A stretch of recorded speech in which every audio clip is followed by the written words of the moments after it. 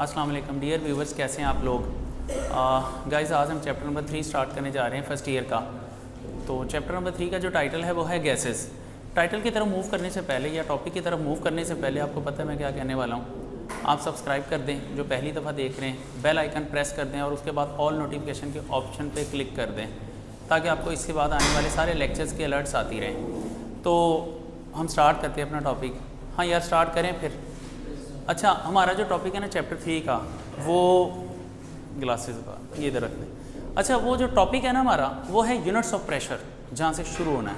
यार units of pressure है ना, बेसिकली ये शॉर्ट क्वेश्चन है। मैं पहले क्वेश्चन लिख देता हूँ कैसे आएगा, और आपने ये बुक से नहीं करना, जो मैं लिखवा रहा हूँ आपने वही नोट कर लेना, वही याद कर लेना है।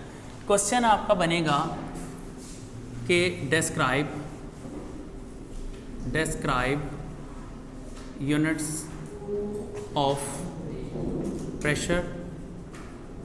प्रेशर के सारे यूनिट्स को डिस्क्राइब करें। ड्राइव रिलेशन बिटवीन देम, इनके दरमियान में ना रिलेशन भी ड्राइव करें बिटवीन देम। अच्छा, तो यार सबसे पहले प्रेशर के जितने भी यूनिट्स फ्रिक्वेंटली यूज़ होते हैं ना, मैं उनके बारे में बताता हूँ। सबसे पहला units of pressure, units of pressure. अच्छा, प्रेशर के जो यूनिट्स हैं यार 6 यूनिट्स हैं। It's having 6 of the units. जो सबसे पहला यूनिट है वो आता है एटमॉस्फियर। जो सबसे पहला यूनिट है वो है एटमॉस्फियर। यार इसमें ना अभी तो आप लोगों के लिए कोई लॉजिकल बात नहीं है, आपने इसको रट्टा ही लगाना है, याद ही करना है। एटमॉस्फियर ATM, इसको ATM से जाहिर करते हैं। दूसरा जो इसका यूनिट है आपने इसी तरतीब से लिख लेने हैं, इसी तरतीब से याद कर लेने हैं। इसका दूसरा जो यूनिट है वो होता है मिलीमीटर ऑफ मरकरी। mmHg से हम इसको जाहिर करते हैं। तीसरा जो यूनिट होता है वो होता है टॉर। अच्छा, जो टॉर होता है ना यार, उसको हम जाहिर भी टॉर से ही करते हैं, जहाँ भी लिखते हैं TORR लिखते हैं हम। इसका जो चौथा यूनिट है वो होता है न्यूटन पर मीटर स्क्वायर। अब हमने जब इसको जाहिर करना है हम लिखेंगे NM इनवर्स स्क्वायर। अच्छा, नंबर 5 पे जो यूनिट आता है वो होता है पास्कल्स PA से इसको हम जाहिर करते हैं। और नंबर 6 पे जो यूनिट आता है दैट इज़ पाउंड्स पर स्क्वायर इंच। अच्छा, इसको ना रिप्रेजेंट करने के 2 तरीके हैं। पाउंड्स का लफ्ज़ हम लिखते हैं पूरा, पाउंड्स हम पूरा लिखते हैं। इंच का IN लिखते हैं, IN, और उसके ऊपर इनवर्स स्क्वायर लगा देते हैं और PSI लिखते हैं। P stands for pound, S पर स्क्वायर और I इंच। तो ये पाउंड्स पर स्क्वायर, इंच को हम PSI से भी जाहिर करते हैं। यार ये जैसे मैंने लिख दिया ना, आपने एज इट इज़ इसको याद करना है, इसके लॉजिक्स के पीछे आप नहीं जाएंगे। अब ना आपने सिस्टम इंटरनेशनल के बारे में पढ़ा हुआ है। कुछ यूनिट्स होते हैं जो स्टैंडर्ड होते हैं, जो सिस्टम इंटरनेशनल में हम पढ़ते हैं, उनको SI यूनिट्स का नाम दिया जाता है। अब क्वेश्चन इज़ कि ये 6 यूनिट्स हैं, इनमें से SI यूनिट्स कौन से हैं जो यहाँ पर हमने 4 और 5 पे लिखे हैं ना, पास्कल्स एंड न्यूटन पर मीटर स्क्वायर। यार ये सिस्टम इंटरनेशनल यूनिट होते हैं। तो वैसे तो न्यूटन पर मीटर स्क्वायर जो होता है ये सिस्टम इंटरनेशनल होता है, लेकिन ना ये दोनों सेम वैल्यू शो करते हैं, सिर्फ नेम्स का ही फ़र्क है, इसलिए हम दोनों को सिस्टम इंटरनेशनल यूनिट्स कह लेते हैं। अब आती है बात कि इनका आपस में रिलेशन क्या होता है। तो इनका आपस में रिलेशन इसी तरह से नीचे एक हेडिंग दें कि इनका आपस में रिलेशन कैसे हम लिखेंगे, मतलब इनको एक दूसरे में तब्दील किस फार्मूला के तहत हम कर सकते हैं। सबसे पहला जो है वो है एटमॉस्फियर। 1 एटमॉस्फियर जो होता है यार वो बराबर होता है 760 मिलीमीटर ऑफ मरकरी के। ये बराबर होता है 760 टॉर के। अब ये भी आपको याद करने पड़ेंगे, इसका कोई और फार्मूला नहीं है, याद करने पड़ेंगे।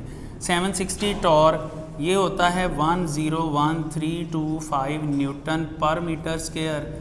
ये बराबर होता है ये बराबर होता है 101,325 पास्कल्स के, ये बराबर होता है 14.7 psi के। अच्छा, अब यहाँ से हम थोड़ा गौर करें ना, तो इन दो यूनिट्स को देखें, टॉर और मिलीमीटर ऑफ मरकरी को, ये सेम रीडिंग शो कर रहे हैं। तो हम फिर ये भी कह सकते हैं कि जो 1 मिलीमीटर ऑफ मरकरी होता है वो बराबर होता है 1 टॉर के। इसी तरह से हम इन दोनों को देख लें, न्यूटन पर मीटर स्क्वायर को और पास्कल, ये सेम रीडिंग शो कर रहे हैं। तो हम ये भी यहाँ मेंशन करते हैं कि 1 न्यूटन पर मीटर स्क्वायर जो है वो 1 पास्कल्स के बराबर आएगा। तो ये शॉर्ट क्वेश्चन है। ये शॉर्ट क्वेश्चन आपने इतना ही लिखना है जितना मैंने लिखवा दिया है, और इतना ही क्वेश्चन आएगा। इसके बाद बात आ जाती है गैसेस की। गैस लॉज का हेडिंग दी गई है आपकी किताब में, ये टॉपिक आपने किताब से नहीं करना। आगे जो गैस लॉज का टॉपिक है, अब गैस लॉज का टॉपिक है, उसमें जो पहली डेफिनेशन आती है वो आती है आइडियल गैसेस और नॉन आइडियल गैसेस कौन सी होती हैं। चलें हम ये भी डिस्कस कर ही लेते हैं कि आइडियल गैसेस कौन सी होती हैं। तो ये शॉर्ट क्वेश्चन है, differentiate between ideal and non ideal gases. अब क्वेश्चन कैसे आता है ये तो अब आगे चल के ना काफ़ी सारी डिटेल आएगी। आइडियल नॉन आइडियल के दरम्यान में काफ़ी सारे डिफरेंसेस हैं, लेकिन वो आपने पढ़े नहीं हैं, इसलिए मैं यहाँ लिखाऊंगा तो आप कंफ्यूज हो जाएंगे। अभी सिर्फ आइडियल गैसेस की डेफिनेशन में लिखूँगा। तो आइडियल गैसेस कौन सी होती हैं वो आप लोग देख लें।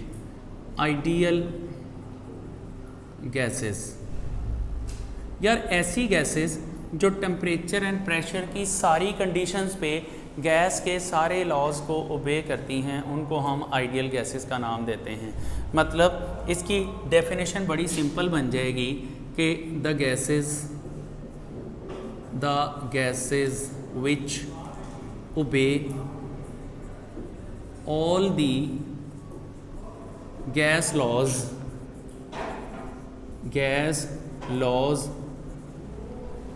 एट ऑल कंडीशंस, मतलब कोई भी टेम्परेचर ले लें, कोई भी प्रेशर ले लें, all the conditions of temperature and pressure are called ideal gases. ये आइडियल गैसेस होती हैं। अब मतलब सिंपल सी बात है, सारी की सारी गैसेस जो टेम्परेचर और प्रेशर की किसी भी कंडीशन पे गैस के सारे लॉज को ओबे करती हैं, उनको हम आइडियल गैसेस कहते हैं। मैं आपको एक छोटी सी मिसाल देता हूँ। बॉयल्स लॉ जो है ना, ये कहता है कि हम प्रेशर डबल करें वॉल्यूम आधा हो जाना चाहिए, प्रेशर ट्रिपल करें वॉल्यूम 3 गुना कम हो जाना चाहिए, प्रेशर 4 टाइम्स करें वॉल्यूम 4 टाइम्स कम हो जाना चाहिए। असल में जब हम किसी गैस के साथ एक्सपेरिमेंट करते हैं तो जब हम उसका प्रेशर डबल करते हैं, ये कैसे करते हैं ये बॉयल्स लॉ में बताऊंगा जाके, अगला टॉपिक बॉयल्स लॉ है। तो देखें, वो कहता है कि असल में जब हम लैब में जाते हैं, एक गैस एक बर्तन में बंद करते हैं, उसका हम प्रेशर डबल करते हैं। कैसे करेंगे वो बाद में बताऊंगा। हम उसका प्रेशर डबल कर देते हैं तो गैस का वॉल्यूम आधा रह जाना चाहिए। अगर तो आधा रह जाता है तो वो गैस आइडियल है, लेकिन अगर उसका प्रेशर डबल करने से वॉल्यूम आधा नहीं होता, बहुत ज़्यादा कम होता है या ज़रा सा फ़र्क आता है उसमें, तो फिर वो आइडियल गैस नहीं होगी। उसमें आने वाली चेंज है वो उस लॉ के मुताबिक आनी चाहिए। ये बात हम अगले टॉपिक में भी डिस्कस करेंगे बड़ी डिटेल में। तो बड़ी सिंपल सी बात है, वो गैस जो किसी भी टेम्परेचर एंड प्रेशर पे गैस के सारे लॉज को ओबे करती है वो आइडियल गैस होती है, और जो ओबे नहीं करती वो नॉन आइडियल गैस है। अच्छा, अब इसकी एग्जांपल देख लें। अब जब मैं एग्जांपल की बात करूँगा तो तुम लोगों ने हंसना है मेरे ऊपर। अब जब एग्जांपल की बात करूँगा तो मैं लिखूँगा कि नेचर में कोई आइडियल गैस एग्जिस्ट नहीं करती। अब आप लोगों ने कहना कि ये क्या बदतमीज़ी है, अभी एग्जिस्ट नहीं करती तो मैं पढ़ते क्यों हैं। No ideal gas exists in the nature. और अगली बात है कि दो गैसेस हैं, हाइड्रोजन और हीलियम। हाउ एवर हाइड्रोजन, मैं ये फ़िक्रा पूरा लिख लूँ फिर मैं आपको इस बात का ना आंसर बताता हूँ। हाइड्रोजन एंड हीलियम, ये दोनों जो हैं are very close to ideal behaviour.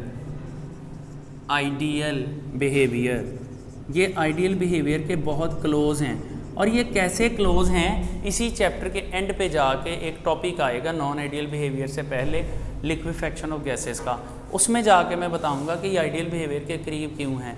अब हम आ जाते हैं इस बात पे कि जी no ideal gas exist in the nature में कोई आइडियल गैस एग्जिस्ट करती ही नहीं है, तो फिर हम इसको पढ़ते क्यों हैं।